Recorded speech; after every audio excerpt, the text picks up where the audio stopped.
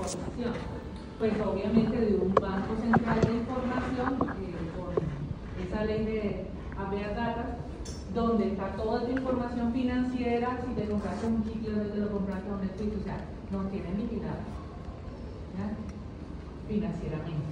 Porque es que la vida también necesita saber dónde nos gastamos la plata. Pero las otras entidades aprovechan eso y dicen, esta tiene buen crédito, vamos a proponerle otra tarjetita de crédito para que se gaste otra platita y siga debiendo, ¿cierto? Eso es lo que hace, pero no debe tener autocontrol. Listo, ¿qué más nuevo, diferente de historia clínica? Porque el documento es grande.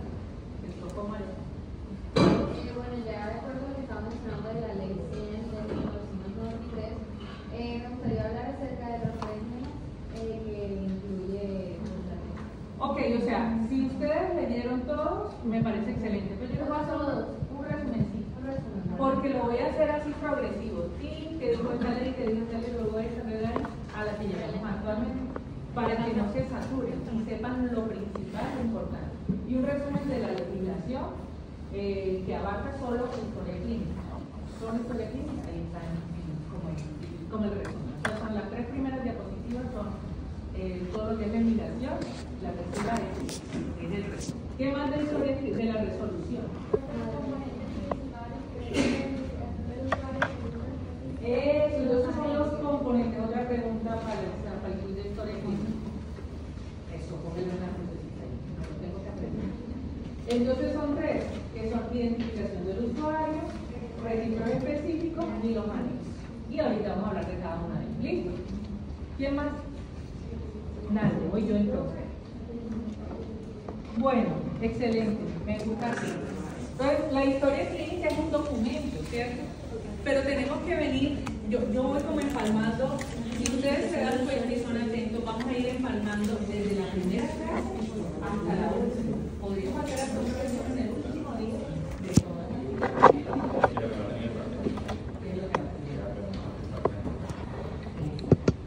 Entonces, lo primero que es semiología, ¿sí? Ya sabemos qué es semiología, ¿sí? Y tenemos que buscar esos signos y síntomas que nos refiere el paciente. ¿Por medio de qué lo hacemos? Por medio de la entrevista, de esa relación médico-paciente, que ya mañana vamos a hablar específicamente de la elaboración de la historia, porque vamos paso a paso. Primero, ¿qué voy a buscar? Signos y síntomas en un paciente, ¿por medio de qué? De la anamnesis, de esa relación médico-paciente. Tuvimos algunas terminologías que eran diagnósticos, que son signos, que son síntomas, etc. Pero todo eso yo lo debo registrar, ¿ya? Porque como yo solita no atiendo al paciente, ¿sí? O sea, yo no tengo turno perenne, sino que se termina mi turno y luego viene otro. Entonces decían, y bueno, ¿y yo cómo entrego al paciente? Y cada día se iba accediendo más al sistema de salud. Antes no, antes el seguro social era exclusivo para los trabajadores y sobre todo para los del sector salud, los del sector público, ¿ya? Entonces, los que trabajaban en el sector público estaban con el seguro social y eran privilegiados. El resto tenían que pagar. Si tenías dinero, obvio, pagabas al mejor médico, pero era particular y todo era por cuenta tuya. Y el que no tenía, sino el rebusque, pues infortunadamente eran los que padecían las patologías más graves. Entonces, luego aquí en Colombia, eso hizo la ley 100, hizo que se recopilara como la necesidad para todos, como la equidad, ¿sí? En salud. Y por eso una de las características de la ley 100 es la universalidad, es decir, que sea para todos, accesible para todos. Y se iban formando, a medida que se fue dando esa oportunidad de salud para todos, entonces también se iban formando grupos vulnerables.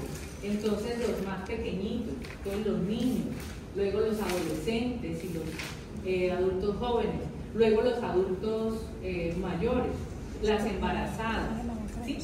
Pero nos quedaba todavía un grupito ahí que eran supuestamente los más sanos, que era entre los 24 y los 44 años, que supuestamente uno como que no se enfermaba de nada. Pero era porque en ese grupo etario no se manifestaban las patologías, sino mucho después de la cuarta década de la vida. Entonces, pero necesitábamos registrar todo eso. Entonces, todo eso se ha ido documentando, estadísticas y demás. Pero aquí en Colombia, entonces, los primeros registros, digamos así, por ley, porque los médicos lo hacían, ¿sí? Los médicos lo hacían. Yo me acuerdo el doctor, además el tipo de médico que había era familiar. Yo me acuerdo mi mamá nos llevaba al médico, o sea, hoy es día del médico, como que dice vamos para el parque y camine con los 3 muchachos, íbamos todos, entonces ella decía, este está anémico, este también y este también, este tiene parásito, este también. Doctor, yo vengo para que les mande purgantes y vitaminas, a eso los llevaba, ¿ya? Y luego íbamos al odontólogo. Pero el médico familiar nos conocía, porque además había hecho el control del parto de la mamá, de la gestación, había atendido incluso el parto, entonces era mucho más fácil para él identificarlo. Ah, ya viene la señora Odis con todos sus hijos. Ah, sí, ya yo conozco que este tiene esto, esto y esto.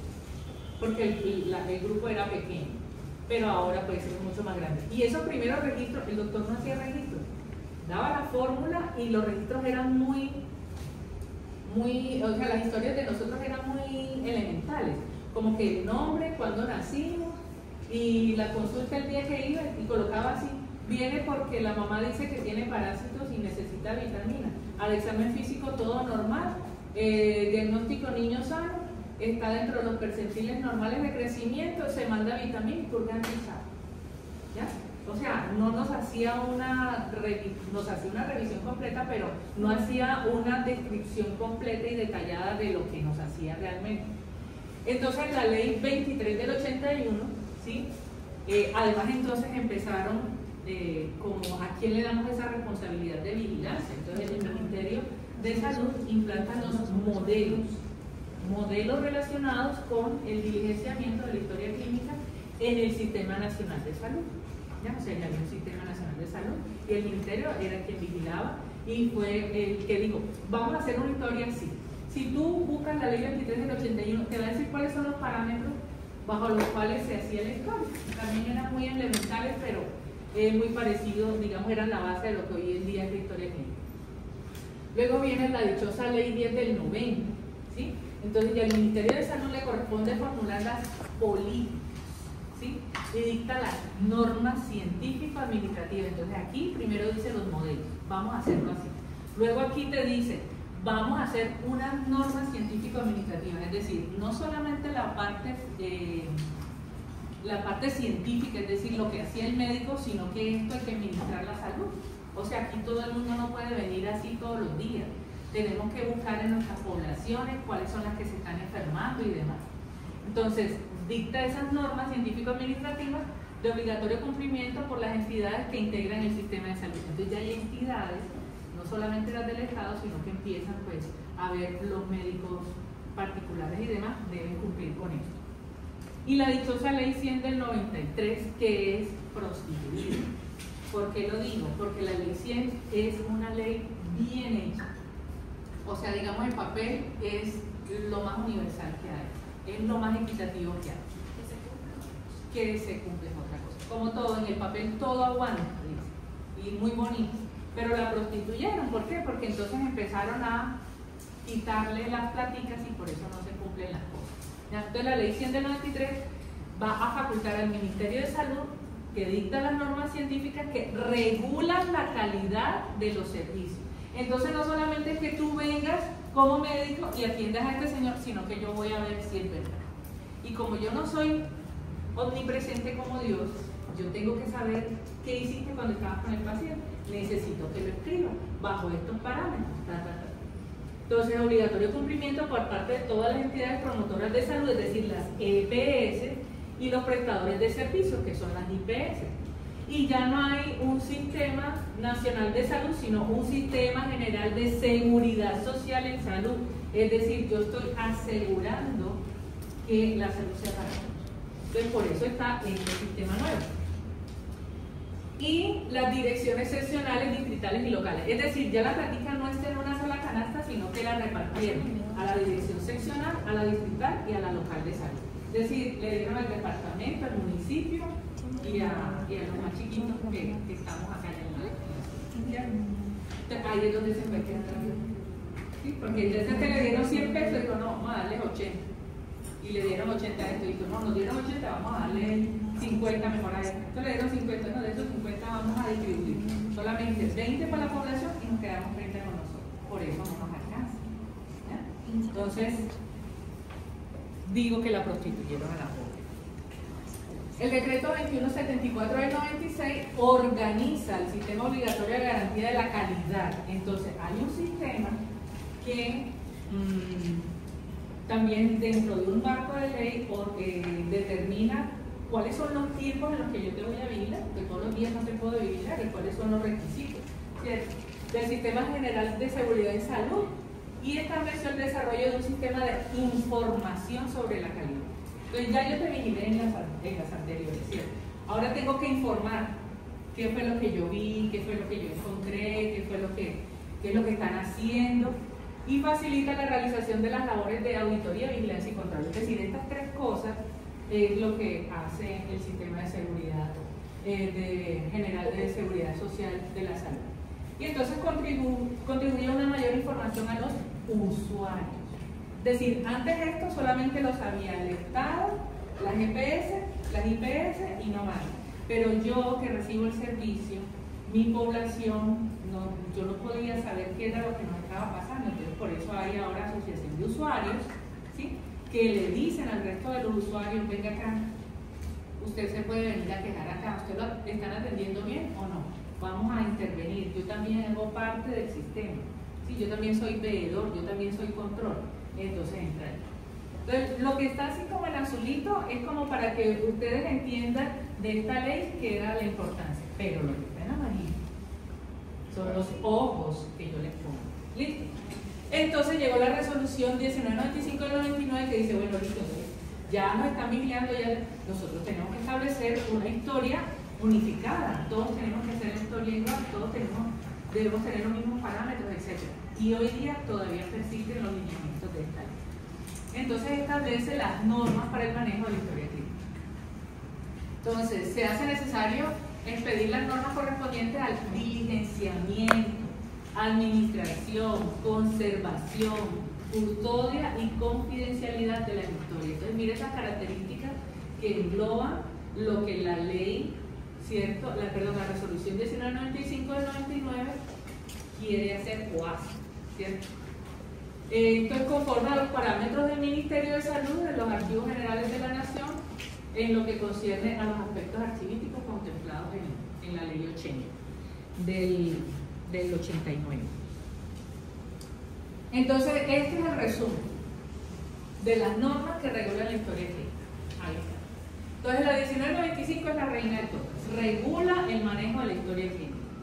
La 839 del 2017 regula el manejo, la custodia y el tiempo de retención y conservación, que ya dijimos que es a 15 años. O sea, trascendió, porque comenzamos con 20 años, luego pasamos a 10 y luego a 15. Y el procedimiento de la liquidación de las, digamos, de las IPS o las EPS. La resolución 3100 del 19 regula las condiciones de habilitación del servicio de salud. Es decir, la habilitación de un servicio es unos requisitos mínimos para que funcione adecuadamente y con calidad la atención al paciente. ¿Cómo así, profe? Yo no le entendí nada. Por ejemplo, que tenga los requisitos mínimos estructurales, ¿sí? Un consultor. ¿Qué tiene que tener un consultor? Entonces una lista de chequeo. Debe tener una camilla así, que se puede movilizar, debe tener una puerta de acceso de entrada que pueda entrar también una camilla con ruedas, debe tener un lavamanos, el lavamanos no puede ser de perilla, sino que tiene que ser de sistema automático, o que no se toque, debe tener un escritorio, debe tener un computador, debe tener un software, debe tener equipo de órganos, debe tener un tensiómetro, eso para que yo diga, usted puede atender aquí en este consultorio 4x4 un paciente, ¿ya? Que no se cumple es otra cosa, porque cuando nosotros vamos a los puestos de salud, sobre todo los más lejanos, uno pide un bajalengua animal, por ejemplo, o pide uno un tensiómetro que está más descalibrado, o la pesa está oxidada que no pasa de los mismos 70 kilos y los pacientes obesos y todos pesan 70 kilos. Entonces, esa es la resolución que regula la habilitación de los servicios. La ley 2015 del 2020 regula la historia clínica electrónica. Entonces, claro, nosotros hemos ido avanzando. A mí me gusta todavía la historia humana. Pero, digamos, hay ciertas especificaciones que regula esta ley, en el sistema de los software, donde tú puedes entrar, tienes que cerrar también, o sea, tiene como las mismas características al escribir tu a mano, que no puedes tener tachones. Si vas a hacer alguna enmienda, tienes que colocar pues que te equivocaste y es una reseña de esa equivocación, estás rectificando, etc.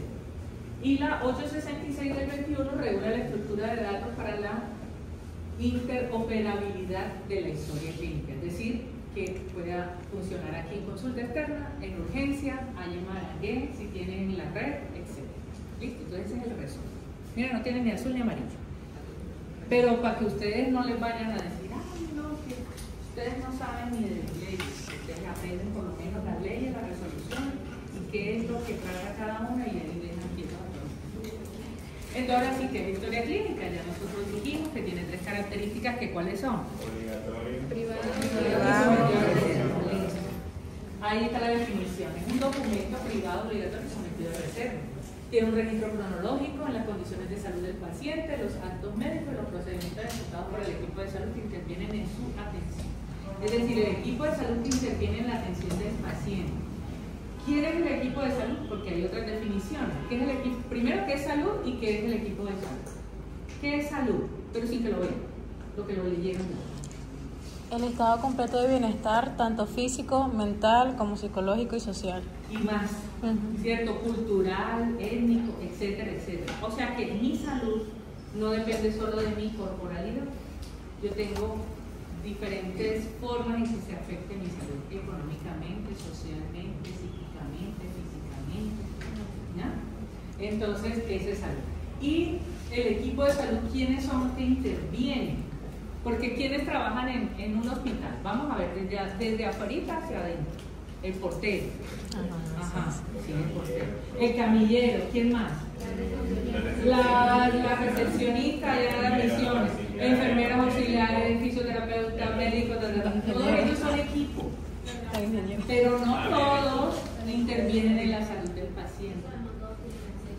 No todos intervienen en la salud.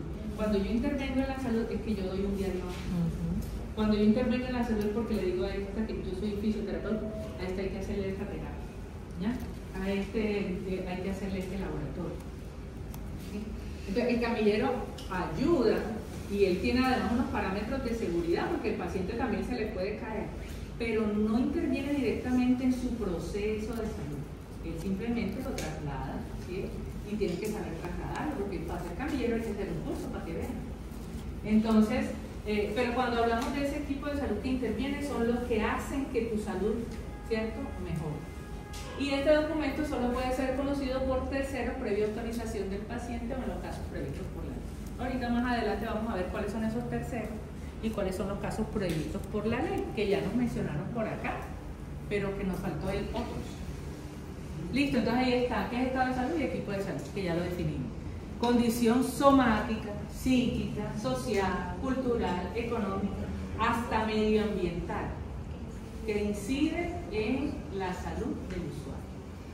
Claro, porque es que si yo vivo por allá por la vía 40, donde están todas las fábricas, que mi estado de salud puede estar afectado. Por eso yo le pregunto al paciente, señor, ¿usted dónde vive? No de chismosa. No para llenar un registro, porque cuando mañana empecemos a ver la historia clínica, cómo se llena, yo desde ahí ya yo puedo sospechar qué tiene el paciente. Solo dónde vive, cuántos años tiene, si es hombre o mujer, si es soltero, casado, viudo, separado, rejuntado, en arroz bajo, todas esas cosas que ustedes saben. Todos esos influyen en el estado de salud del paciente y todos tienen patologías respecto a eso, ¿ya? Entonces, es importante por eso ver al paciente en forma integral. El paciente se ve en forma integral. No, señor, ¿usted qué tiene? Me duele la rodilla, tome acetaminofén. No. Tengo que saber usted en qué trabaja, desde cuándo le empezó a doler la rodilla, usted qué ha hecho por eso, ¿ya? En su familia hay alguna patología de pronto degenerativa que también ayude genéticamente. Hay cosas que no las puedo quitar, que no las puedo cambiar, ¿cierto? Pero hay otras que sí. Por ejemplo, en la hipertensión, si yo soy mujer y de raza mixta, ¿cierto?, tengo una probabilidad de una hipertensión maligna o de un mal manejo de la presión pero por esa parte que es inmodificable. Pero si además soy obesa, soy sedentaria, me gusta fumar,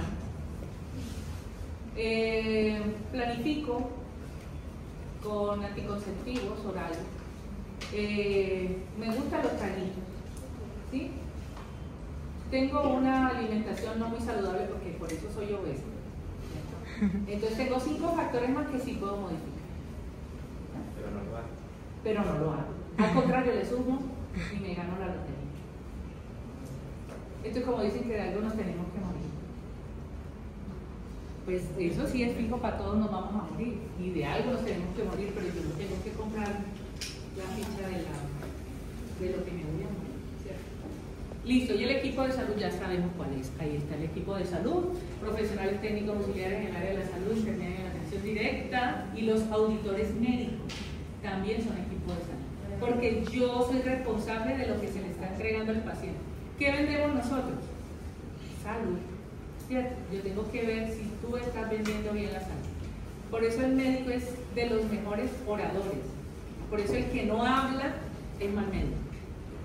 Yo soy buena médico y yo hablo bastante. ¿Por qué? Porque yo, aparte de que hablo bastante, pero escucho bastante. O sea, yo lo dejo que él me diga todo. Como quien dice, por ahí ya hablaste tú, ahora después hablo yo. Yo tengo que escuchar al paciente. ¿Ya? Tengo que escuchar y llenarme de todas las cositas, la información que él me da, y luego yo le hago la devolución de lo que debería ser la recomendación. Entonces, si yo no hablo, yo no estoy vendiendo salud. Ustedes han visto los vendedores que tú vas por el centro, yo creo que ustedes no van al centro. Vamos a decir ahí en las islas de allá del Buenavista, pero te dicen siempre, a la orden, bienvenida, dama, caballero, bueno, vea, sus zapatos, no sé qué, los de moda que están buscando, ¿cierto? Esos son los vendedores. Pero en los vendedores también se ve quién es buen vendedor. Yo en mi época de en la universidad, en las vacaciones, yo era muy buena. Y entonces llegaba una señora, buenas, ay, estoy buscando una blusa. ¿De qué color quieres la blusa? ¿Cómo quieres la blusa? O sea, yo necesito saber tu necesidad primero. No, yo la necesito mangacisa verde. No tengo mangacisa verde. Tengo una azul que está de pronto dentro del tono que le podría servir, y eso es una manguita un poquito más corrida, no es tan sisa. Es lo que le puedo ofrecer. Entonces ya ella verá si le gusta o no, si se lo ofrezco. Cuando llega uno, le dicen, buenas, a la orden. Yo les digo, estoy mirando, yo después te digo. Y están detrás de uno. Ven, pero es que chao. Sí, porque eso, o sea, tienes que dejarlo libre. Ok, si necesitas algo, mi nombre es Fulano, ¿verdad? Cuando quieras. O me quedo ahí lejito y si lo veo, niña, mira la talla, así doy, con mucho gusto. ¿Ya? Así somos nosotros. Pero nosotros vendemos salud, tenemos que ser buenos vendedores. ¿Listo? Entre otras definiciones, bueno, está la historia clínica por efectos archivísticos, que ya dijimos cuáles eran: el archivo de gestión, el archivo central y el histórico. Entonces, este archivo de gestión, ¿cierto?, cumple unas características específicas en esta resolución, en el tiempo, en estos tiempos. Ya ahorita yo les muestro lo que quiero mostrarles es cuáles son las historias que reúnen las de gestión, cuáles son las historias que reúnen las de central y las históricas. Entonces las de gestión son los usuarios activos, la señora que va todos los días, cada 8 días, porque le duele la rodilla, mañana el pie, es hipertensa, después va a aprender promoción y prevención, etc. Entonces es muy activa, ¿ya? Va y se gasta la plata del año de su servicio de salud.